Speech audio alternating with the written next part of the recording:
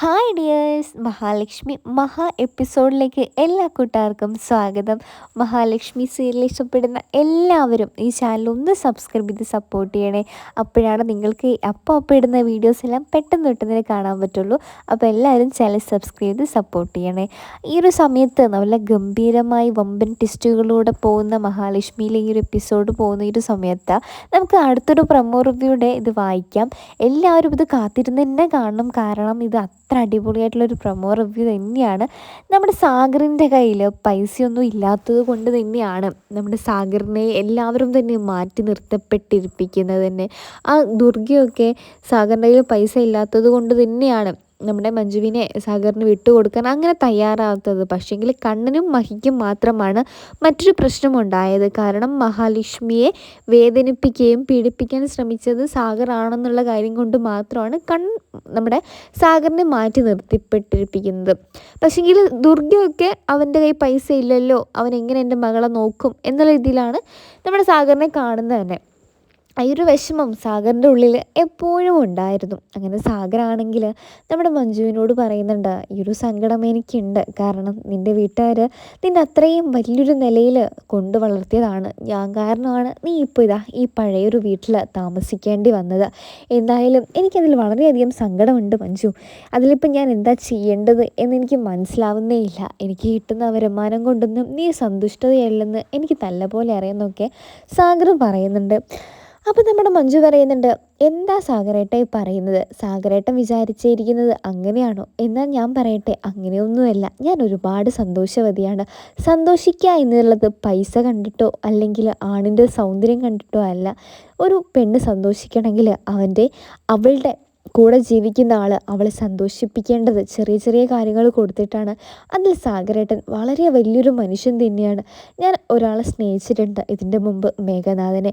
പക്ഷെങ്കിൽ അയാളുടെ അടുത്ത് നിന്ന് എനിക്ക് വേറൊന്നും തന്നെ കിട്ടിയിട്ടില്ല. അയാൾക്ക് പൈസയോടുള്ള ആർത്തിയും പെണ്ണിനോടുള്ള കാമവും മാത്രമായിരുന്നു ഉണ്ടായിരുന്നത്. എന്നാൽ സാഗരേട്ടൻ അങ്ങനെയുള്ളവർ തന്നെ അല്ലെന്ന് എനിക്ക് നന്നായിട്ട് ഇപ്പോൾ അറിയാം. സാഗരേട്ടനെ എല്ലാവരും തെറ്റിദ്ധരിക്കപ്പെട്ടിരിക്കുന്നു. അതുകൊണ്ടാണ് സാഗരേട്ടന് ഈ വേദന ഇപ്പോൾ ഉണ്ടാവുന്നത് എന്നൊക്കെ മഞ്ജു പറഞ്ഞ് നമ്മുടെ സാഗറിന് കൊടുക്കുന്നുണ്ട്.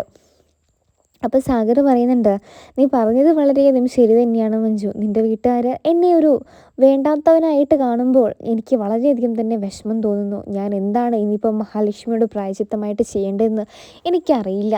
അപ്പോൾ മഞ്ജു പറയുന്നുണ്ട്, എൻ്റെ സാഗരേട്ടനെ എനിക്കറിയാലോ, പിന്നെന്തിനാ വേറൊരാൾക്ക് സാഗരേട്ടനെ പരിചയപ്പെടുത്തി കൊടുക്കുന്നത്? മഹാലക്ഷ്മി ഏട്ടത്തിയും പിന്നെ കണ്ണേട്ടനൊക്കെ എൻ്റെ സാഗരേട്ടനെ മനസ്സിലാക്കുന്ന ഒരു ദിവസം എന്തായാലും വരും. സാഗരേട്ടൻ അതാലോചിച്ച് ഒന്നും തന്നെ ഞാൻ എന്തായാലും സാഗരേട്ടൻ്റെ കൂടെ ഉണ്ടല്ലോ, പിന്നെ എന്തിനാ സാഗരേട്ടൻ ഇങ്ങനെ ഓരോന്നാലോചിച്ച് വിഷമിക്കുന്നത്? നമുക്കുള്ളതിനെപ്പറ്റി സന്തോഷിക്കുകയല്ലേ വേണ്ടത്, ഇല്ലാത്തതിനെപ്പറ്റി സന്തോഷിക്കാതെ ഇരിക്കേണ്ട കേട്ടോ. ഞാൻ എപ്പോഴും കൂടെ തന്നെ ഉണ്ടാവുമെന്നൊക്കെ മഞ്ജു പറയുന്നുണ്ട്. പക്ഷേങ്കിൽ സാഗർ അതുകൊണ്ടൊന്നും താല്പര്യപ്പെടാത്ത ഒരാളായിരുന്നു. അങ്ങനെ സാഗർ മഞ്ജു അറിയാതെ ഒരു ലോട്ടറി എടുക്കുന്നുണ്ട്. ആ ലോട്ടറി എത്രയും പെട്ടെന്ന് അടിച്ച് കാണണമെന്ന് സാഗർ ഒരുപാട് ആഗ്രഹിക്കുന്നുണ്ട്. മഞ്ജുവിനോട് പോലും ആ ഒരു ലോട്ടറിയെ പറ്റി നമ്മുടെ സാഗർ പറഞ്ഞിരുന്നില്ല. മഞ്ജുവിന് പോലും സർപ്രൈസ് നൽകിയാണ് ആ ലോട്ടറി നമ്മുടെ സാഗർ എടുത്തിരിക്കുന്നത് തന്നെ.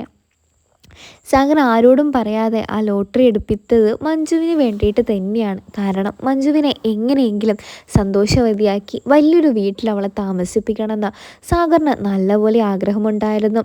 അങ്ങനെ ഒടുവിൽ ആ ലോട്ടറി നമ്മുടെ സാഗറിന് ബമ്പൻ ടിസ്റ്റിലൂടെ അടിക്കുന്നുണ്ട്. അങ്ങനെ സാഗർ വലിയൊരു കോടീശ്വരനായി മാറുന്നുണ്ട്. അങ്ങനെ സാഗറും മഞ്ജുവും കൂടെ ആണെങ്കിലും നമ്മുടെ ലോപ്പസിൻ്റെ അടുത്തും മാർക്കോയുടെ അടുത്തൊക്കെ ചെന്നിട്ട് ഇഷ്ടപ്പെടുന്ന സാധനങ്ങളൊക്കെ വാങ്ങിച്ചു കൊണ്ടു കൊടുക്കുന്നുണ്ട്. അവരെ അത്രയും സഹായിച്ച മാർക്കോയ്ക്കും ലോപ്പസിനും ഒന്നും കൊടുക്കാതിരുന്നാൽ വളരെയധികം മോശമാണെന്ന് മഞ്ജുവിനും സാഗറിനും അറിയാമായിരുന്നു. അതുകൊണ്ട് തന്നെ അവർക്ക് എല്ലാം വാങ്ങിച്ചു കൊടുത്തിരുന്നു. അങ്ങനെ ഈ ഒരു വിവരം കണ്ണേട്ടനോടും എല്ലാവരോടും പറയണമെന്ന് സാഗർ മാർക്കോയോട് പറയുന്നുണ്ട്. മാർക്കോ, ഞാൻ പറയാടാ എന്ന് പറയുന്നുണ്ട്.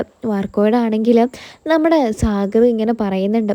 അപ്പോഴേക്കും മാർക്കോ ചെന്ന് നമ്മുടെ കണ്ണനോടും മഹിയോടും ഈ ഒരു സന്തോഷ വാർത്ത അറിയിക്കുന്നുണ്ട്. മാർക്കോ ഇപ്പോൾ നിങ്ങൾ വിചാരിച്ച പോലെ ഉള്ള ആളൊന്നുമല്ല. അവൻ വലിയൊരു പൈസക്കാരൻ തന്നെയായി മാറിയിരിക്കുകയാണ്. നിങ്ങളുടെ അനുജത്തി അവനിപ്പോൾ പൊന്നുപോലെയാണ് നോക്കുന്നത്. അവൾക്ക് വേണ്ടിയാണ് അവൻ ഇങ്ങനെയൊക്കെ ചെയ്യുന്നതെന്നൊക്കെ പറയുന്നുണ്ട്. നമ്മുടെ കണ്ണനോടാണെങ്കിൽ ഈ ഒരു കാര്യം കേൾക്കുമ്പോൾ തന്നെ നമ്മുടെ സാഗറിന് വേണ്ടിയിട്ടല്ലെങ്കിലും നമ്മുടെ മഞ്ജു ഒന്ന് നല്ലപോലെ ജീവിച്ച് കാണുമല്ലോ എന്നുള്ള ഇതിൽ നമ്മുടെ കണ്ണൻ ഒരുപാട് സന്തോഷിക്കുന്നുണ്ട്. ആദ്യമൊക്കെ ഒന്ന് അമ്പരക്കുന്നുണ്ട്, എങ്ങനെയാണ് ഇത്രയും പെട്ടെന്ന് ഇത്രയും വലിയൊരു കോടീശ്വരനായി മാറിയതെന്ന് ചിന്തിക്കുന്നുണ്ടെങ്കിലും തൻ്റെ അനുജത്തി ഒരു വലിയൊരു വീട്ടിൽ വലിയൊരു കോടീശ്വരിയെ പോലെ തന്നെ ജീവിക്കട്ടെ എന്ന് കണ്ണൻ മനസ്സുകൊണ്ട് ആഗ്രഹിക്കുന്നുണ്ട്. അങ്ങനെ കണ്ണനോടും ഈ ഒരു വാർത്ത പറഞ്ഞെന്ന് അറിയുമ്പോൾ നമ്മുടെ മഞ്ജുവിന് ശരിക്കും തന്നെ സങ്കടവും സന്തോഷവും എല്ലാം ആവുന്നുണ്ട്. അങ്ങനെ സാഗർ പറയുന്നുണ്ട്, ഇത് മാർക്കു എന്നെ ഇപ്പോൾ വിളിച്ച് പറഞ്ഞതാണ് മഞ്ജു. അപ്പോൾ മഞ്ജു ആണെങ്കിൽ സന്തോഷത്തോടെ അതെയോ എന്നുള്ള രീതിയിൽ ചോദിക്കുന്നുണ്ട്. അപ്പോഴാണെങ്കിൽ നമ്മുടെ സാഗർ പറയുന്നുണ്ട്, എത്രയും പെട്ടെന്ന് തന്നെ നമുക്ക് ഈ കുഞ്ഞു വീട്ടിൽ നിന്ന് വലിയ വീട്ടിലോട്ട് മാറാം, നിനക്ക് ആവശ്യമുള്ള എല്ലാ സാധനങ്ങളും നമുക്ക് ഇപ്പം തന്നെ ഇതാ പോയി വാങ്ങിക്കാം എന്നൊക്കെ പറയുന്നുണ്ട്. അങ്ങനെ നമ്മുടെ സാഗർ മഞ്ജുവിനെയും കൊണ്ട് ആ മഞ്ജുവിന് വേണ്ടപ്പെട്ട എല്ലാ സാമഗ്രികളും വാങ്ങിച്ചു കൊണ്ടു കൊടുക്കാൻ വേണ്ടി പോകുന്നുണ്ട്. അങ്ങനെ മഞ്ജുവിന് ഇഷ്ടപ്പെട്ട സാരിയും അങ്ങനെ ആഭരണങ്ങളും ജ്വല്ലറിയും എല്ലാം മഞ്ജുവിന് വേണ്ട എല്ലാ കാര്യങ്ങളും നമ്മുടെ സാഗർ കണ്ടറിഞ്ഞ് തന്നെ ചെയ്യുന്നുണ്ട്. അങ്ങനെ മാർക്കു ഈ ഒരു വിവരങ്ങളെല്ലാം അപ്പം വന്ന് തന്നെ നമ്മുടെ മഹാലക്ഷ്മിയും കണ്ണനെ അറിയിക്കുന്നുണ്ട്. മഹാലക്ഷ്മിയും കണ്ണനൊക്കെ ആണെങ്കിൽ ഇതൊക്കെ കേട്ടിട്ട് വളരെ അധികം തന്നെ സന്തോഷിക്കുന്നുണ്ട്. ആ മേഘനാഥനാണെങ്കിൽ പൈസയുടെ ചിന്ത മാത്രമേ ഉണ്ടായിരുന്നുള്ളൂ. എന്നാൽ മഞ്ജുവിൻ്റെ ഇപ്പോഴുള്ള ഭർത്താവായ സാഗറിന് മഞ്ജുവിനെ ഒരുപാട് ഇഷ്ടമാണ്. അവൾക്ക് എന്താണോ വേണ്ടത് അയാളത് വാങ്ങിച്ചു കൊടുക്കുന്നുണ്ടല്ലോ എന്നുള്ള ഇതിൽ നമ്മുടെ കണ്ണൻ ഭയങ്കരമായിട്ട് സന്തോഷിക്കുന്നുണ്ട്. അങ്ങനെ ഈ ഒരു വിവരം നമ്മുടെ കണ്ണൻ തന്നെയാണ് നമ്മുടെ ദുർഗയോട് പറയുന്നത്. അങ്ങനെ ദുർഗയും മേഘനാഥനും കരുണയും ഉണ്ണിയൊക്കെ ഇത് അറിയുന്നുണ്ട്. പിന്നെ ഒന്നും പറയണ്ട, അവിടെ വലിയ പ്രശ്നമായി, ഭയങ്കര ബഹളമായി. അപ്പം നമ്മുടെ മേഘനാഥൻ പറയുന്നുണ്ട്, അവരെ അങ്ങനെ വെറുതെ വിടാൻ ഞാൻ ഉദ്ദേശിച്ചിട്ടില്ല. അങ്ങനെ മേഘനാഥൻ പറയുന്നുണ്ട്, എന്തെങ്കിലുമൊക്കെ ചെയ്തില്ലെങ്കിൽ എനിക്കിതിപ്പോൾ നാറ്റക്കേസായി മാറുവാണല്ലോ. അവളെങ്ങനെയെങ്കിലും അവൾ ആഗ്രഹിച്ച പോലെ ജീവിച്ചിരിക്കാൻ പാടില്ല, അവൾ നരകിച്ച് തന്നെ ജീവിക്കണം, കാരണം അവൾ അത്രയും എന്നെ വേദനിപ്പിച്ചിട്ടാണ് പോയെന്നൊക്കെ മേഘനാഥൻ പറയുന്നുണ്ട്. അങ്ങനെ മഞ്ജു ആണെങ്കിൽ ഭയങ്കര സന്തോഷത്തിൽ പുതിയ വീട്ടിലോട്ടൊക്കെ താമസം മാറിയിട്ടുണ്ട്.